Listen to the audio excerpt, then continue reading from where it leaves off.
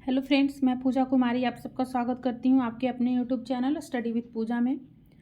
दोस्तों, जैसा कि कल से LIC डबल AO का एग्ज़ाम स्टार्ट हो गया था और ये एग्ज़ाम 2 दिन चलने वाला है। एक 17 तारीख जो कि एग्ज़ाम कंप्लीट हो चुका है और नेक्स्ट जो है 20 फरवरी को एग्ज़ाम होगा। आई होप जिन लोगों का भी एग्ज़ाम 17 फरवरी को है उन लोग का एग्ज़ाम अच्छा गया होगा और आने वाले जो 20 तारीख को जिनका भी एग्ज़ाम है उन लोग का भी एग्ज़ाम अच्छा जाएगा। बस मैं जो एग्ज़ाम दी हूँ तो उसका सोचिए कि एनालिसिस बता देती हूँ कि क्या क्या क्वेश्चन कैसे आया था। और मैं एग्ज़ाम दी हूँ तो मैं अच्छे से बता सकती हूँ कि आपको कौन सा क्वेश्चन टच करना चाहिए, कौन से क्वेश्चन में नहीं फंसना है, किसको छोड़ना है, कैसे उस एग्ज़ाम के ड्यूरेशन में आप अपने आप को कूल रख करके कौन कौन सा क्वेश्चन आपको पिक करना है। तो वो आपको वही बता सकता है जो एग्ज़ाम दे करके आया है, उस एग्ज़ाम को फील किया है। और सच बता रही हूँ, कल का एग्ज़ाम पता नहीं मतलब बहुत अजीब तरीके का एग्ज़ाम था। समझ नहीं आ रहा था कि कौन सा क्वेश्चन छोड़े, कौन सा क्वेश्चन क्या करे। इसमें निगेटिव मार्किंग नहीं है, जिस कारण से और आदमी पैनिक हो जा रहा है स्टूडेंट लोग कि क्या करें, तुक्का लगाएं कि नहीं लगाएं। इंग्लिश का तो बात अलग है, लेकिन मैथ और रीजनिंग में समय ही नहीं मिल पा रहा है कि आदमी उसमें गेस वर्क कर सके। तो मैं आपको बताऊंगी कि आप कैसे डील कर सकते हैं। जो मैं गलती की हूँ, मैं नहीं चाहती कि आप लोग भी वही सेम गलती करें। मेरे गलती से आप लोग ज़रूर सीखें और मैं उसको बताऊंगी कि कैसे मैंने क्या गलती किया है और क्या मैं उसको सुधार सकती थी, बट मुझे समय नहीं मिला। तो जैसा कि कल का जो एग्ज़ाम था, तो मेरा फर्स्ट शिफ्ट में एग्ज़ाम था 17 फरवरी को। और रीजनिंग जो थे तो इजी टू मॉडरेट हम रीजनिंग को कह सकते हैं। तो रीजनिंग में 3 क्वेश्चन सिलॉक्स का आया था, ओनली फ्यू का 2 क्वेश्चन था, 3 क्वेश्चन डायरेक्शन का आया था। डायरेक्शन अच्छा लेंदी था, लगभग 4-5 लाइन का डायरेक्शन आया हुआ था और उसमें 3 क्वेश्चन था। 2 क्वेश्चन तो सही था, बट तीसरा क्वेश्चन जो ऑड वन निकालना रहता है ना कि इसमें से कौन सा विच ऑफ दी फॉलोइंग, जो उसमें से एक ऑड निकालना है, तो ऑड था। तो उसमें क्या था ना कि थोड़ा दिमाग लगाना पड़ रहा था उसमें, ऐसे करके जैसे PQR कुछ है, ऐसे डायरेक्शन वगैरह दिया हुआ था। तो सबका किसी का PR था A ऑप्शन में, B ऑप्शन में आपका मान लीजिए ST था। तो ऐसे ही करके सब लोग तो एक ही लाइन में, मतलब P जो है कोई नॉर्थ में देख रहा है तो R साउथ में है, S भी है तो साउथ में है तो T नॉर्थ में होगा। ऐसे करके आपका दे रहा था। बट यहाँ पे ना वो अगर इसका जो ऑड वन आउट निकल रहा था तो डिस्टेंस के बेसिस पे सबका डिस्टेंस जो था सेम था, मतलब सबका डिस्टेंस 15-15, 17-17 ऐसे आ रहा था। सिर्फ एक का डिस्टेंस जो था उसमें अलग था, तो वही डिस्टेंस के अकॉर्डिंग उसको बनाना था। तो उसमें से जो ऑड वन आउट था तो डिस्टेंस के अकॉर्डिंग में वो ऑड वन आउट उसको वहाँ से निकाला है। नेक्स्ट आपका जो आया था एक वर्ड का क्वेश्चन आया था, वर्ड फॉर्मेशन का। दूसरा क्वेश्चन जो था ऑड वन आउट आया था, 3-3 वर्ड का पेयर दिया हुआ था, 5 ऑप्शन था, उसमें से पूछ रहा था कि इसमें से कौन ऑड वन आउट है।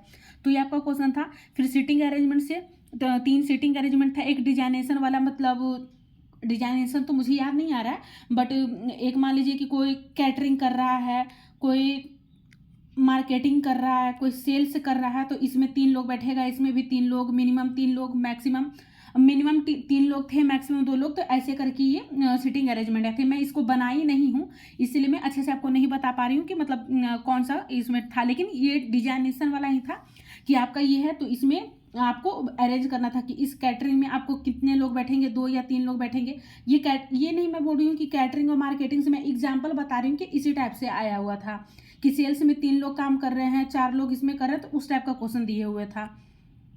एक अनसर्टेन पजल आया था, अनसर्टेन, और सारा लोग नॉर्थ देख रहा था और उसमें पूछ रहा था। तो इसमें जो टोटल मेरे नंबर है अनसर्टेन में, आई थिंक मेरे 18 आए थे, शायद 18 आया है। टोटल 18 लोग बैठा हुआ था पूरे लाइन में। आप लोग बताइएगा कि क्या 18 था या फिर कितना था, मुझे बताइएगा, मुझे ध्यान नहीं आ रहा है। और अनसर्टेन ये हो गया। नेक्स्ट आपका स्क्वायर बेस्ड पजल था।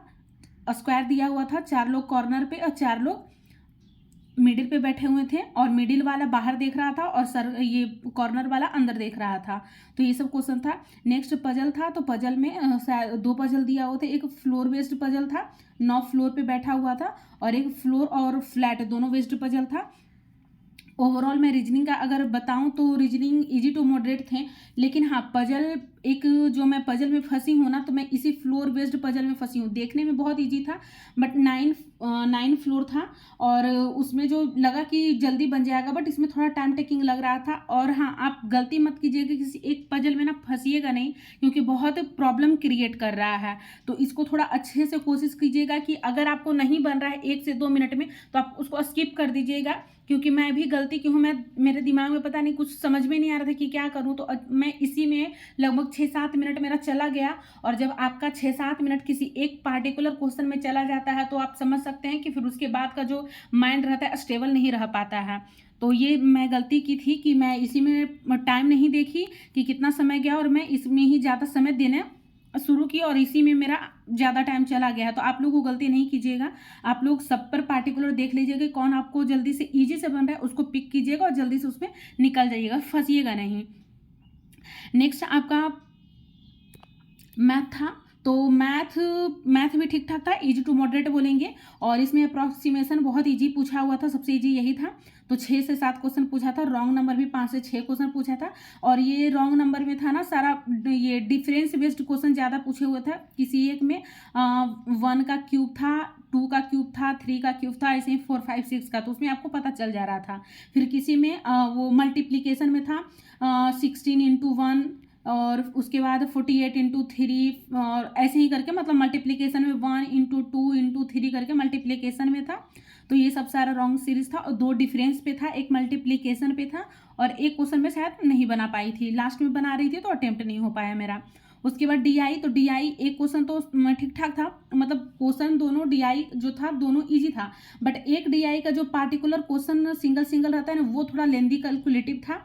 और दूसरा डीआई जो एक टेबुलर वाला आया था, टेबुलर मीन्स था कि एक सर्कल दिया हुआ था, लिटरेट मेल और फीमेल टोटल मेल दिया हुआ था लिटरेट का, और उसी में फिर लिटरेट और इलिटरेट का रेशियो दिया हुआ था मेल फीमेल का। तो ये क्वेश्चन बस इसको जैसे ही आप डीआई को अरेंज कर लिए, उसके बाद का जो इसका क्वेश्चन था 1-1 नंबर वाला, वो बहुत ईजी था। तो एक डीआई बहुत ईजी पूछे हुए था और एक डीआई थोड़ा ईजी टू मॉडरेट बोल सकते हैं। मॉडरेट मीन्स की कैलकुलेटिव था। उसके बाद जो भी क्वेश्चन था अरिथमेटिक का क्वेश्चन था, जिसमें एसआई, सीआई, प्रोबेबिलिटी और टाइम एंड वर्क था, time and distance easy question आए हुए थे, टाइम एंड वर्क से इजी क्वेश्चन था। उसके बाद फिर एसआई, सीआई से इजी क्वेश्चन था, प्रॉफिट लॉस था। तो जो भी चैप्टर पार्टनरशिप था यही सब क्वेश्चन पूछे हुए था, एवरेज एज, यही सब सारा क्वेश्चन पूछे हुए था इसमें। नेक्स्ट आपका इंग्लिश है। सबसे इजी सेक्शन में जो बताऊँ ना, तो सही में बता रही हूँ कि सबसे इजी सेक्शन इंग्लिश था, बहुत ही ज़्यादा इजी था।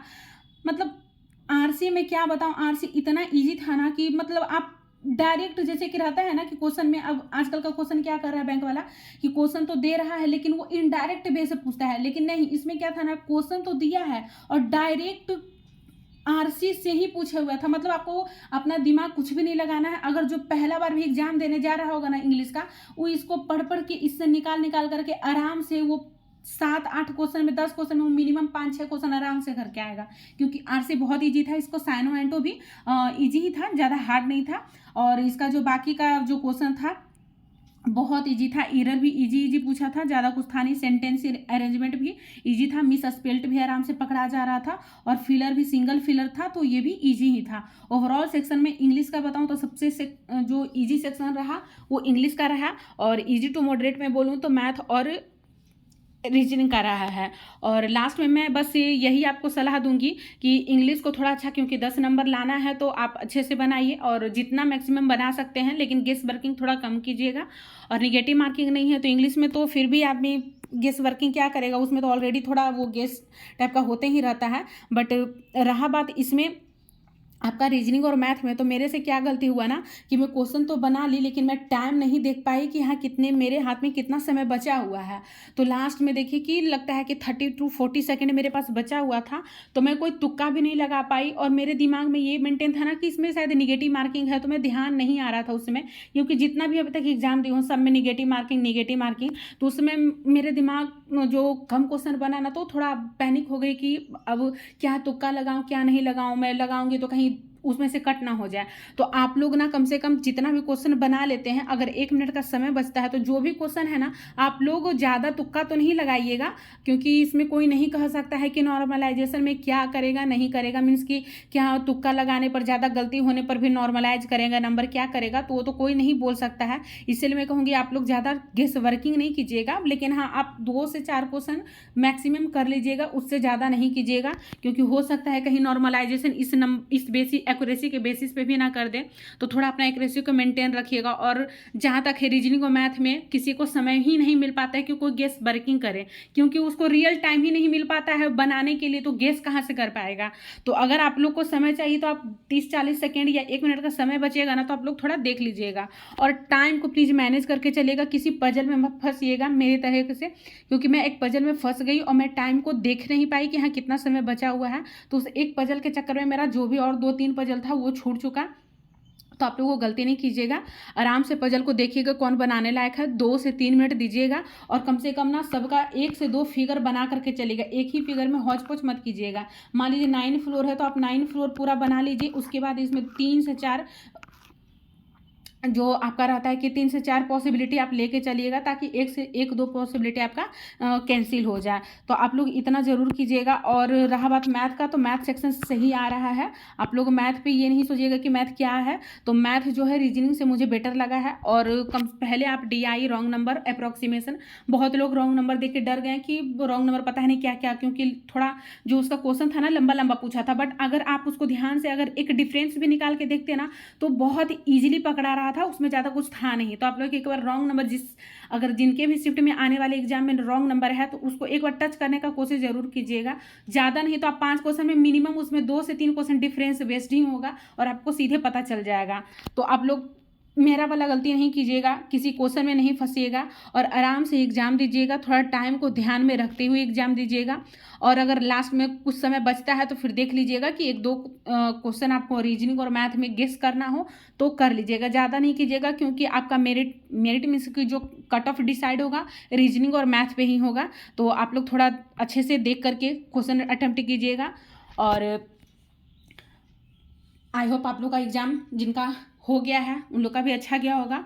और मेरा एग्ज़ाम तो उतना बेटर नहीं गया है, बट ठीक ठाक ही गया है। एवरेज में बोलूँगी तो मेरे जो ओवरऑल अटेम्प्ट है, ओवरऑल मेरे 51 अटेम्प्ट हुए हैं। मैं ज़्यादा अटेम्प्ट कर नहीं पाई थी, क्योंकि मैं प्रैक्टिस भी नहीं कर रही थी। लगभग 1.5 मंथ से मैं घर में शादी था तो उसी में बहुत बिजी रह रही थी, तो मुझे प्रैक्टिस करने का मौका भी नहीं मिल पा रहा था। बट ओवरऑल मैं 51 ही अटेम्प्ट कर पाई हूँ, उससे ज़्यादा मैं नहीं कर पाई। जैसा मैं बोली कि पजल में फंस गई थी, तो उसी की वजह से अटेम्प्ट कम रहा। और ये रीजनिंग मेरा थोड़ा जो खराब गया है ना, मतलब एक क्वेश्चन अटक गई, तो मैथ सेक्शन मेरा इसके कारण मैथ सेक्शन पे बहुत प्रभाव पड़ा है। तो आप लोग वो नहीं कीजिएगा। आप लोग रीजनिंग जैसा भी जाए आप उसको बस उसी समय भूल जाएगा, क्या गया नहीं गया। अपना मैथ में कम से कम बेस्ट देने का कोशिश कीजिएगा, क्योंकि कट ऑफ कितना जाएगा नहीं जाएगा ये तो कोई डिसाइड नहीं कर सकता है। बट कितना भी होगा तो मुझे नहीं लगता है कि 60 के प्लस जाएगा, 50 अप्रॉक्स में ही रहेगा। 55 हो गया तो उसके ±2 या 3 नंबर में ही इस बार भी रहेगा, जहाँ तक मुझे लग रहा है।